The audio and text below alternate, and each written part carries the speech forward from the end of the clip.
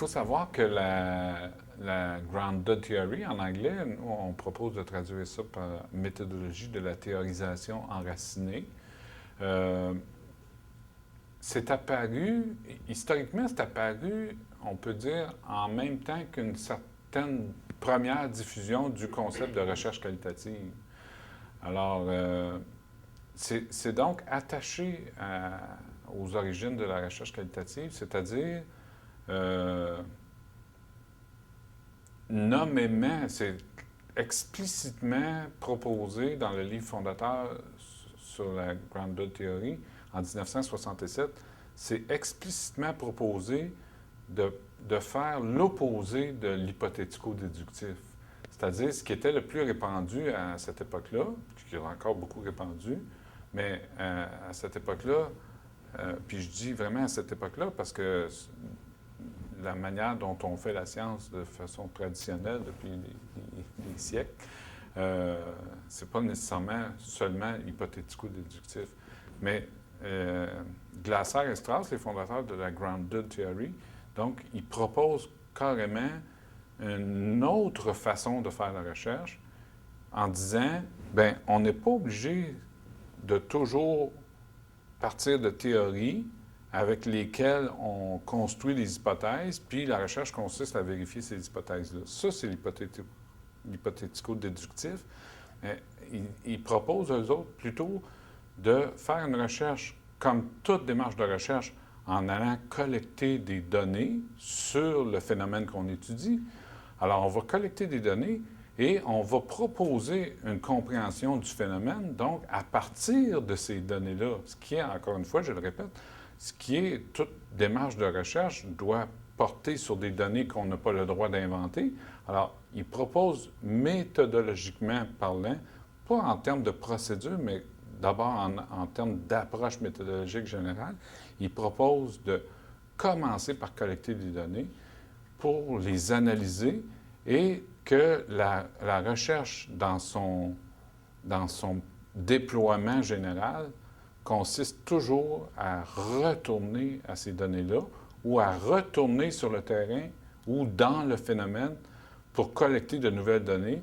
Et c'est ça, grounded ou enraciné, c'est l'idée que les résultats de la recherche, on va toujours les faire émerger des données. Ce qui ne veut pas dire qu'on n'a pas recours du tout à des théories, mais la démarche, elle est résolument inductive. Dans ce sens-là, qu'on ne part pas de théorie puis d'hypothèse, mais on part plutôt des données, puis on retourne tout le temps pour enraciner nos résultats d'analyse dans les données elles-mêmes.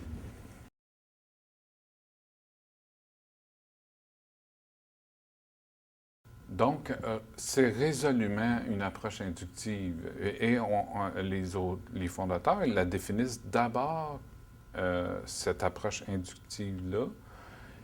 Ils la définissent d'abord comme étant une alternative ou une autre façon de faire par rapport à l'hypothético-déductif. Donc, d'abord inductif.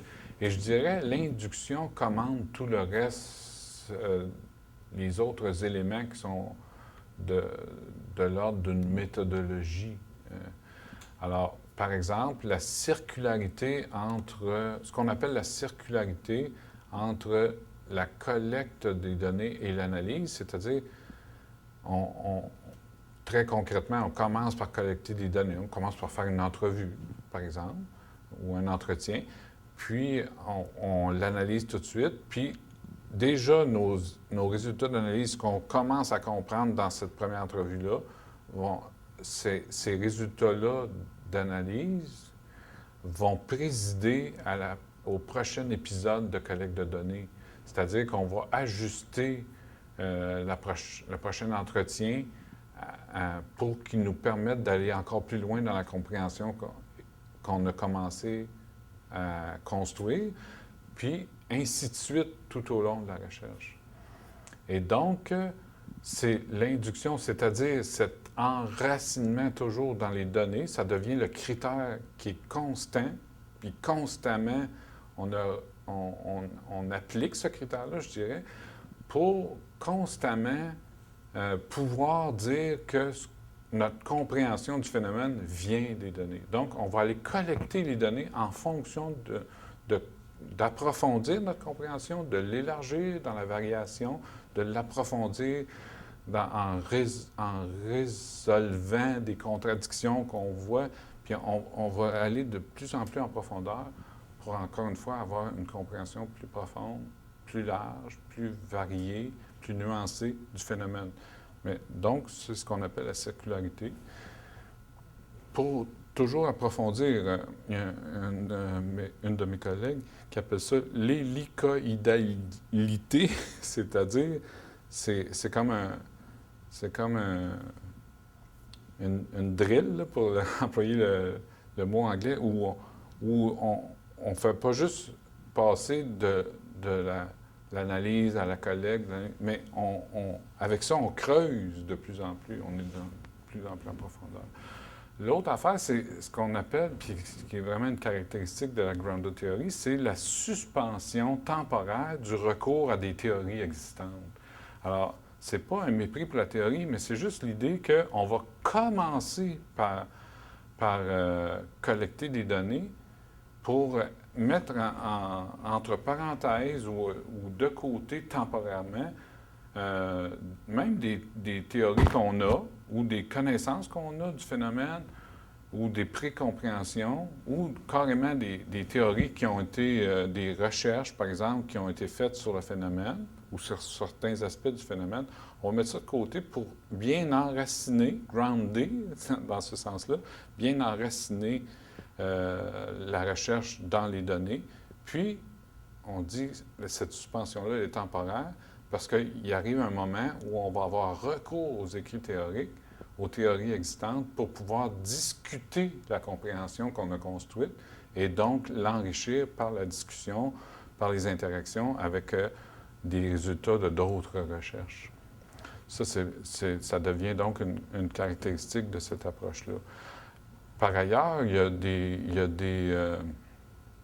a des procédures d'analyse, mais les auteurs en Grounded Theory, ils disent clairement que ce n'est pas les procédures qui sont importantes, mais quand même, ces procédures-là sont au service d'une autre caractéristique qu'on appelle la théorisation.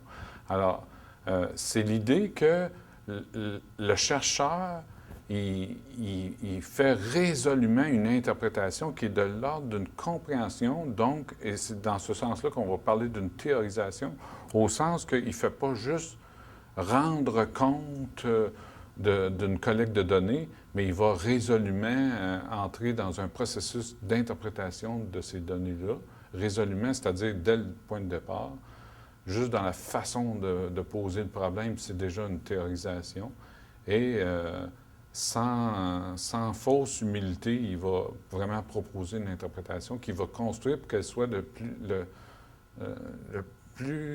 plus en plus, j'allais dire, et le plus possible solide théoriquement, c'est-à-dire dans une espèce de description à la fois enracinée, empirique, je dirais, puis une description qui est une description théorique. Alors, on n'oppose jamais, en Grounded Theory, on n'oppose jamais la description à l'interprétation.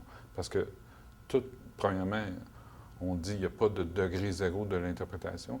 Et toute volonté de décrire un phénomène, d'en rendre compte, implique nécessairement une compréhension qui est de l'ordre de l'interprétation et de la théorisation.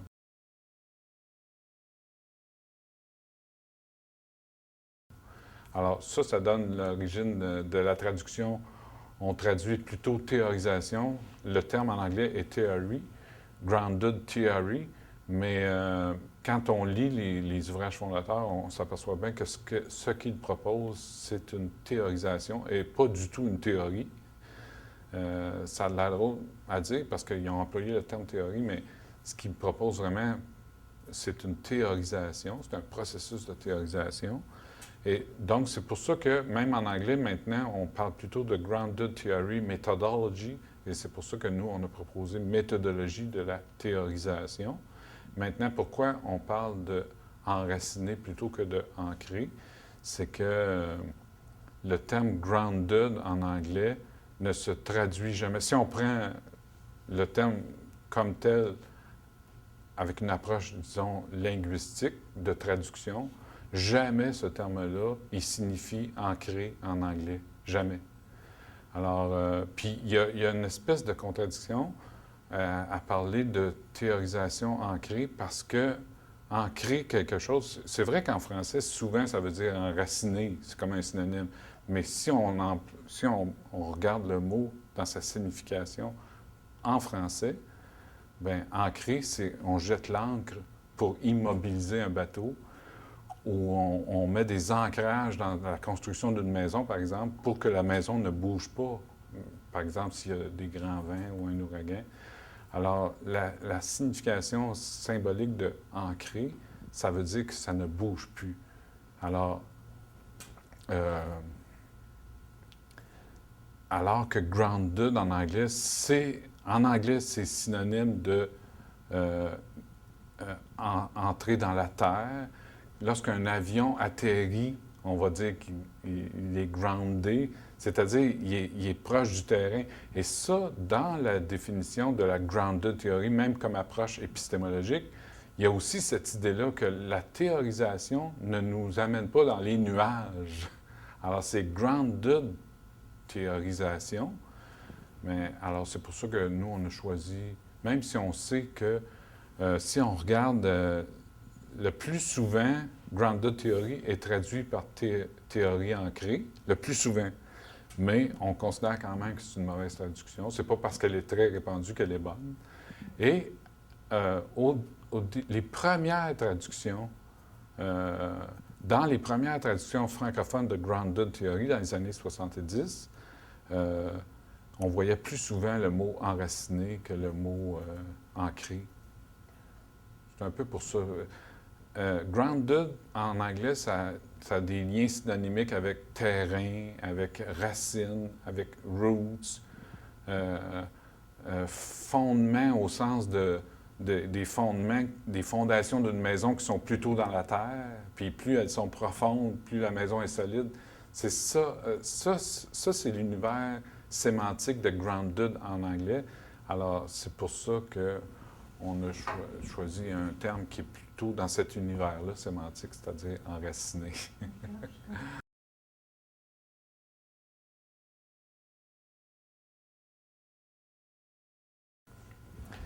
Lié à cette nécessité-là d'étudier les phénomènes à partir des données, bien, il y avait, déjà depuis quelques décennies, il y avait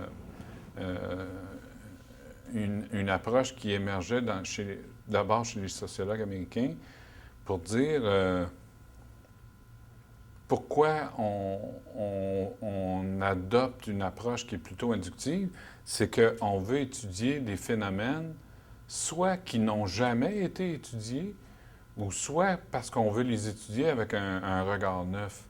Et on ne veut pas partir d'explications préconçues, mais plutôt d'étudier le phénomène tel qu'il est vécu par les gens. Donc, par exemple, la première étude de Glasser et Strauss, les deux fondateurs de la Grounded Theory, par Nick Glasser et Anselm Strauss, la première étude qu'ils ont faite, c'est qu'ils sont allés dans des hôpitaux pour étudier comment les gens meurent dans les hôpitaux. Alors, c'était juste une façon, d'emblée, c'était une façon vraiment originale de poser même la question de recherche, parce que dans les hôpitaux, à cette époque-là, comme aujourd'hui, je dirais même, on veut d'abord étudier comment on guérit les personnes. Un hôpital, c'est là pour guérir des personnes. Et eux, ils ont voulu comprendre, parce que c'était un phénomène vécu par des humains, puis ils savaient déjà à ce moment-là, ça c'était assez nouveau, mais les gens mouraient plutôt dans les hôpitaux plutôt que dans leur maison. Alors, ils ont voulu étudier donc comment les gens meurent, comment les patients meurent, le processus de mourir, le processus d'être conscient qu'on va mourir, comment on vit ça, comment les proches vivent ça, comment les infirmières vivent ça, comment les médecins vivent ça, ce phénomène-là. Alors, donc, la nécessité d'une approche inductive vient du fait qu'on veut regarder le phénomène avec un regard neuf et non pas à partir de théories, encore une fois, des théories. Parce que les théories explicatives préexistantes, je dirais, ou préconçues, bien, ils nous donnent aussi des œillères, ce qui fait qu'on pose les questions toujours de la même manière. Mais si on veut sortir des œillères de ce qu'on connaît déjà, on le connaît déjà. C'est pas mauvais, mais on le connaît déjà. Si on veut explorer un phénomène d'une autre manière ou si on veut explorer des phénomènes nouveaux, bien, ça nous prend cette approche-là inductive dans le sens d'une espèce d'ouverture à la façon dont sont vécus les phénomènes en essayant d'avoir une certaine réserve sur nos idées préconçues, sur nos précompréhensions de ce phénomène-là. Et ça, bon, pour continuer sur cet exemple-là, bien, ça a été le point de départ d'un ensemble de recherches qui ont été faites partout dans le monde sur la façon dont les gens meurent. Puis, ça a donné lieu, avec toutes ces recherches-là, sur cette espèce de nouveau phénomène ou de nouvelles façons d'étudier ce phénomène-là, ça a donné lieu finalement aux soins palliatifs. Maintenant, non seulement on sait comment les gens meurent, mais on les aide d'une certaine façon à passer à travers cette étape-là terminale avec des soins palliatifs. Palliatifs au sens où ça pallie le fait qu'on ne peut pas les guérir. C'est ça, un soin palliatif. C'est-à-dire, ça pallie dans le sens qu'on s'adresse, pour employer un anglicisme, on s'adresse carrément au phénomène tel qu'il est vécu, c'est-à-dire une personne qui est en train de mourir.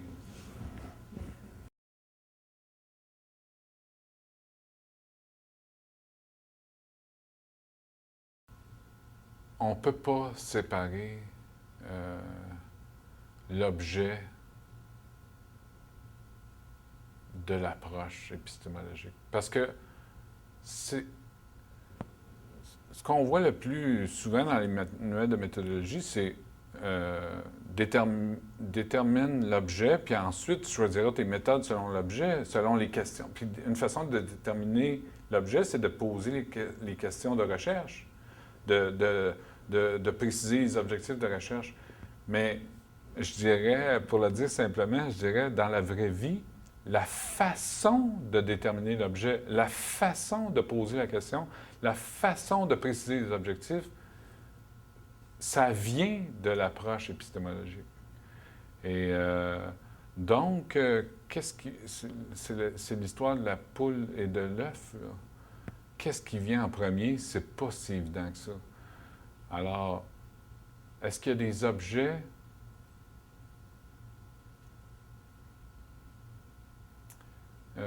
je ne me rappelle pas c'est qui a dit ça, mais il a dit pour quelqu'un qui n'a qu'un marteau, il n'existe que des clous. C'est-à-dire, il va voir des clous, il va voir que des clous. Alors, moi, je pense que la grounded theory, c'est d'abord une posture épistémologique et ça nous fait, lorsque ça correspond à une certaine sensibilité, c'est souvent ça. Pourquoi on pose les questions en termes de mesures? C'est parce qu'on est plus sensible au quantitatif. Pourquoi on pose les questions en termes de comprendre le vécu des gens, puis de manière inductive? Bien, c'est probablement parce qu'on a une sensibilité qui est plus proche de la grounded theory. Donc, oui, il y a des objets, mais ces objets-là sont déterminés aussi par le fait qu'on adopte une approche de grounded theory.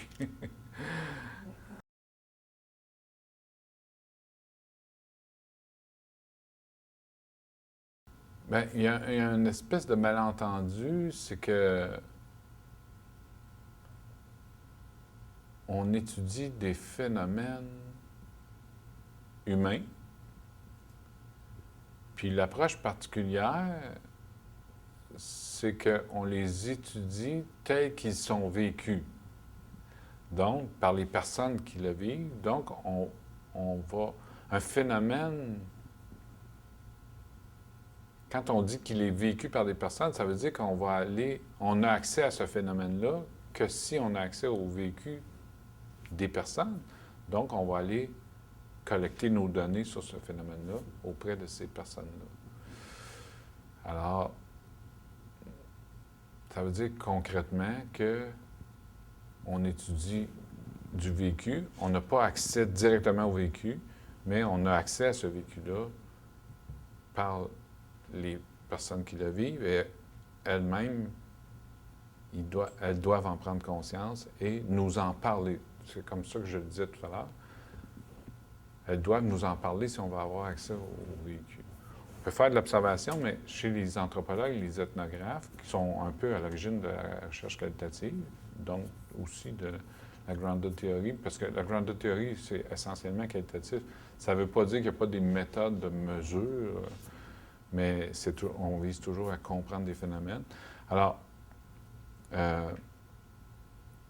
les anthropologues et les ethnographes, même lorsqu'ils allaient observer des groupes ou des individus, bien, c'était toujours accompagné au moins de conversations plus ou moins informelles pour comprendre ce que l'on voit lorsqu'on observe les phénomènes. Alors, il y a toujours un accès au vécu par le discours des gens. Donc, bien, un des malentendus, c'est que des gens disent qu'en recherche qualitative, on étudie le discours. Non, on n'étudie pas le discours. On étudie le vécu, puis on a accès à ce vécu-là par le discours. Et même quand quelqu'un, un chercheur, fait de l'observation, il écrit son propre discours sur le phénomène qu'il a observé. Alors, on est toujours, finalement, en train de travailler avec des données de discours, mais il ne faut pas faire l'erreur de dire ou de penser qu'on étudie le discours. On n'étudie pas le discours. On étudie les phénomènes, mais à partir de ce que les gens en disent.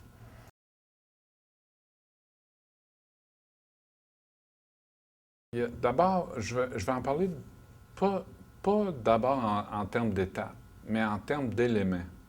Alors, l'analyse se fait tout au long. Il n'y a pas une étape collecte et ensuite une étape d'analyse. Donc, on peut dire que l'ensemble du processus constitue une analyse. Bon, c'est embêtant de parler comme ça parce que normalement, on va séparer la collecte et l'analyse, mais quand même, j'en parle comme ça pour dire que c'est toujours, au fond, c'est toujours... on est toujours dans un processus de compréhension. Donc, on peut dire qu'on est toujours dans un processus d'analyse du phénomène tel qu'il est vécu. Et on peut dire aussi que la collecte est au service de l'analyse. Et dans ce sens-là, on peut dire que la démarche au complet, c'est une analyse. Mais, bon, cela étant dit, les procédures sont fondamentalement des procédures de théorisation. C'est-à-dire qu'on va collecter des données, puis on va, je vais le dire comme ça, puis là, si on parle en termes d'étapes, c'est qu'on va monter en théorisation. Donc, on peut collecter des données d'abord juste pour se faire une idée de un peu le phénomène, il est vécu de façon différente. Puis là, on va essayer de comprendre, puis on va aller, par exemple, on va aller faire une deuxième entrevue avec la même personne pour comprendre encore davantage, puis on va monter comme ça dans la théorisation, dans la compréhension.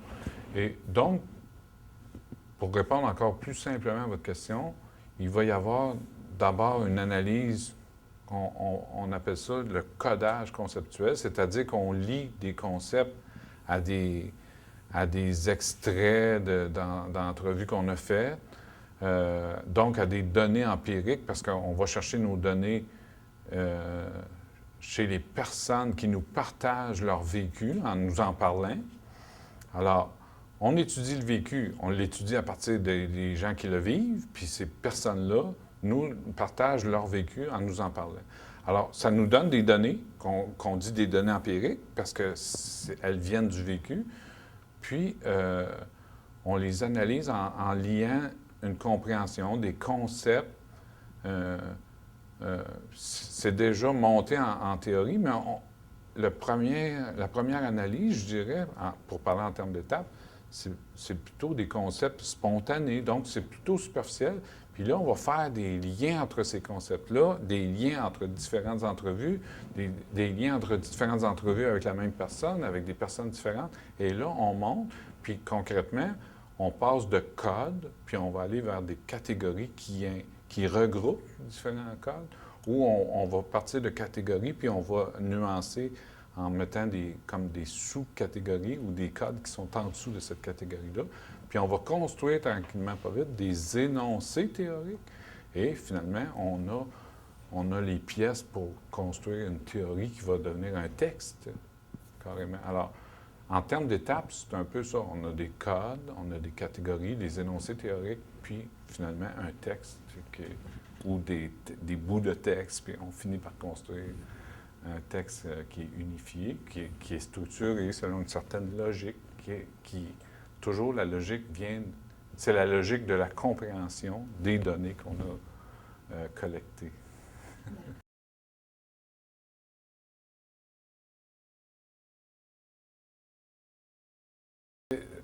Finalement, c'est assez rare que l'approche de la méthodologie de la théorisation enracinée est acceptée dans les facultés si on veut respecter la façon qui est proposée de faire la méthodologie. Mais si c'est accepté, le cadre théorique, il va être je dirais, assez court, assez bref. Parce que tout ce qu'on a besoin de préciser dans une approche inductive, c'est l'objet de recherche. On n'a pas besoin nécessairement de faire la recension des écrits, même, parfois on voit ça assez souvent même, bien, il faut toujours bien aller vérifier si la thèse a déjà été faite. Mais dans une approche inductive, le phénomène peut avoir déjà été étudié, mais parce que l'approche est inductive, ça va rester original quand même, parce que lorsqu'on part des données dans des études du vécu humain, bien, le vécu humain est tellement riche que une thèse pourrait être faite sur le même sujet qu'une autre thèse, mais qu'on va arriver avec des résultats assez différents. Bon, donc, le cadre théorique, normalement, ça devrait être simplement de préciser c'est quoi l'objet de recherche. Si on travaille sur le décrochage scolaire, si on travaille sur comment est vécue la grossesse par les pères durant la grossesse de leur conjointe, bien, il faut un peu déterminer conceptuellement les concepts qui sont dans notre question de recherche. C'est quoi ça? Qu'est-ce qu'on veut dire par paternité? Qu'est-ce qu'on veut dire par grossesse? Qu'est-ce qu'on veut dire par conjoint même? Alors, mais vous voyez que ça reste quand même assez bref par rapport à un état de la question, par exemple, ou une recension des écrits pour construire des hypothèses, où là, le cadre théorique va être beaucoup plus grand. Parce que, pour le dire très simplement, le cadre théorique, c'est le résultat dans une thèse en méthodologie de la théorisation enracinée. C'est qu'on construit un cadre théorique qui va nous permettre de comprendre un phénomène. Alors, il ne peut pas être préalable.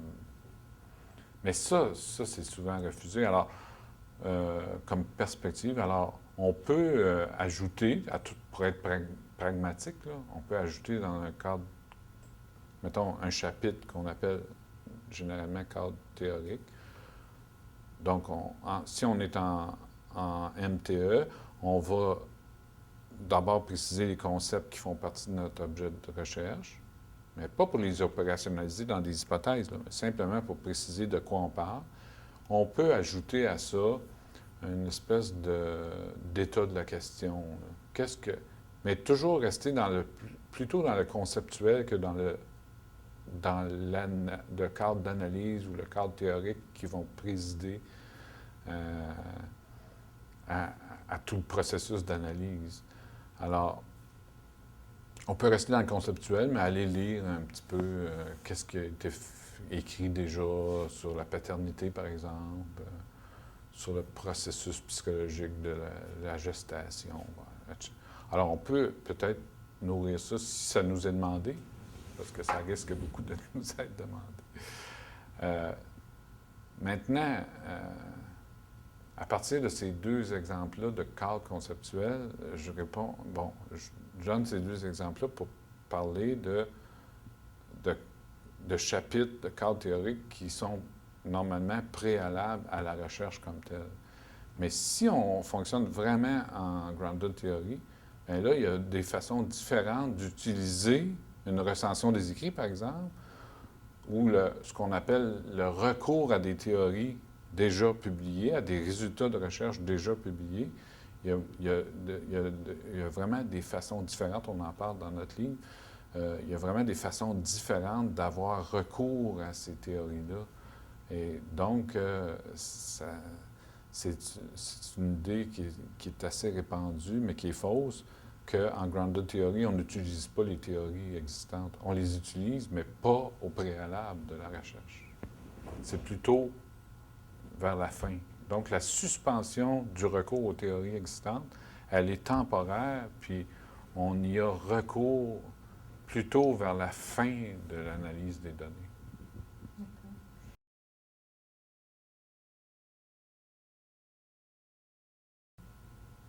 Ben, je dirais plutôt non. Ce qui arrive, c'est que c'est à la mode. Il faut toujours se méfier un peu des modes. C'est que c'est bien vu dans les publications. En recherche qualitative, pour toutes sortes de raisons, la grounded theory, c'est bien vu, là. Mais quand on creuse un petit peu, on s'aperçoit que les gens qui disent en faire ne respectent pas les fondements, puis les éléments essentiels. Alors, reconnaissance, il y a l'effet mode, mais si des gens veulent faire, par exemple, une thèse de doctorat avec cette approche-là, puis qui veulent suivre ce qui est suggéré euh, par les fondateurs, bien, il n'y a pas juste Glasser et Strauss, eux, ce sont les deux fondateurs, mais depuis ce temps-là, il y a beaucoup de manuels de la grounded theory qui ont été publiés. Puis ces manuels-là respectent les orientations données par les fondateurs, mais lorsqu'on veut faire une thèse, même c'est comme ça, même aux États-Unis, en Europe, euh, souvent ça va bloquer parce que les gens qui disent accepter la grounded theory ne connaissent pas les fondements vraiment. Ils connaissent certaines procédures. Ça, volontairement, je ne vous en ai pas parlé tout à l'heure. Codage ouvert, codage axial, codage théorique. Il y en a des procédures, comment faire des mémos, mais tout ça, les auteurs disent, c'est pas important, ces procédures-là. Ce qui est important, c'est les orientations fondamentales qui sont plutôt d'ordre épistémologique. Et c'est là où ça cause problème la plupart du temps. Donc, ce sont les éléments essentiels de la méthodologie de la théorisation enracinée qui ne sont pas reconnus à toute fin pratique. Et ça cause un problème. Tu sais, même pour les chercheurs, dans les demandes de subvention, on est quasiment mieux de ne pas dire qu'on fait de la grounded theory. Parce que ça risque trop de trouver des gens qui, ah, parce que c'est à la mode, ils vont peut-être dire que, oh, OK, mais au fond, ils voient dans sais, souvent, ils vont voir dans la demande de subvention que les orientations sont là, puis ça va être les orientations qui vont refuser. Tu sais, par exemple, de ne pas faire une recension des écrits au départ. Souvent, ça va être refusé parce que, voyons donc, tu sais, on ne peut pas faire une recherche si on ne fait pas de recension des écrits.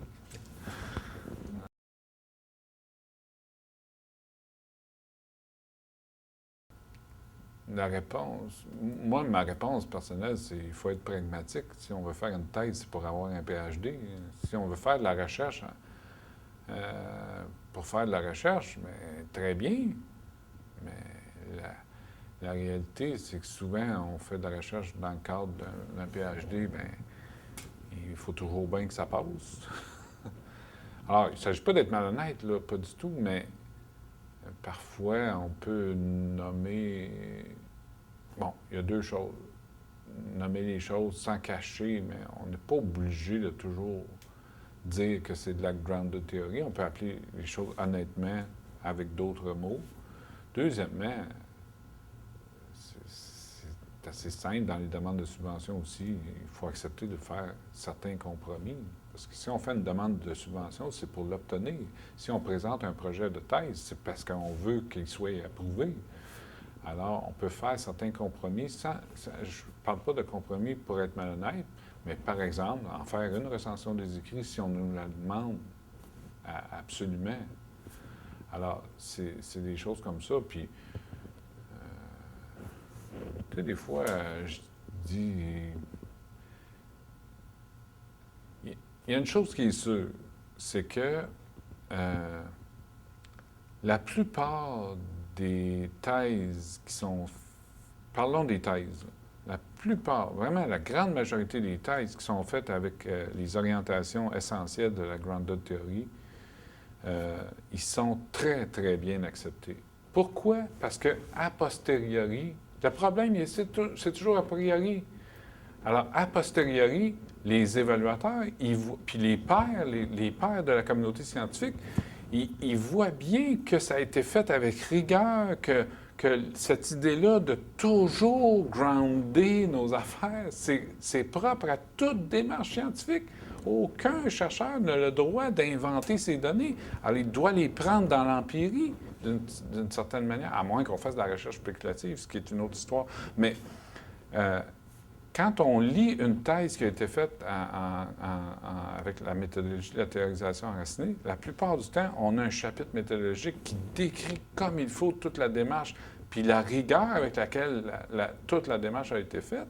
Les résultats sont tellement intéressants, justement parce que ça a été bien groundé, ça a été fait avec rigueur, avec une recherche de profondeur, de voir la variation dans le phénomène. Bien, a posteriori, la plupart du temps, même ça se mérite des prix, là, les thèses en grounded theory. Mais donc, votre question, c'est est-ce que lorsqu'on présente le projet, c'est une chose? Mais donc j'ai répondu à ça, mais il faut absolument ajouter que la façon de faire cette méthodologie-là, dans les ouvrages qui expliquent cette méthodologie-là, on insiste beaucoup sur prendre toujours des traces de ce qu'on fait comme analyse, des processus, de ce qu'on se dit dans notre tête pour construire, encore une fois, un chapitre métaux où on dit à notre père et à hier, là, on dit voici comment je m'y suis pris pour arriver à ces résultats-là.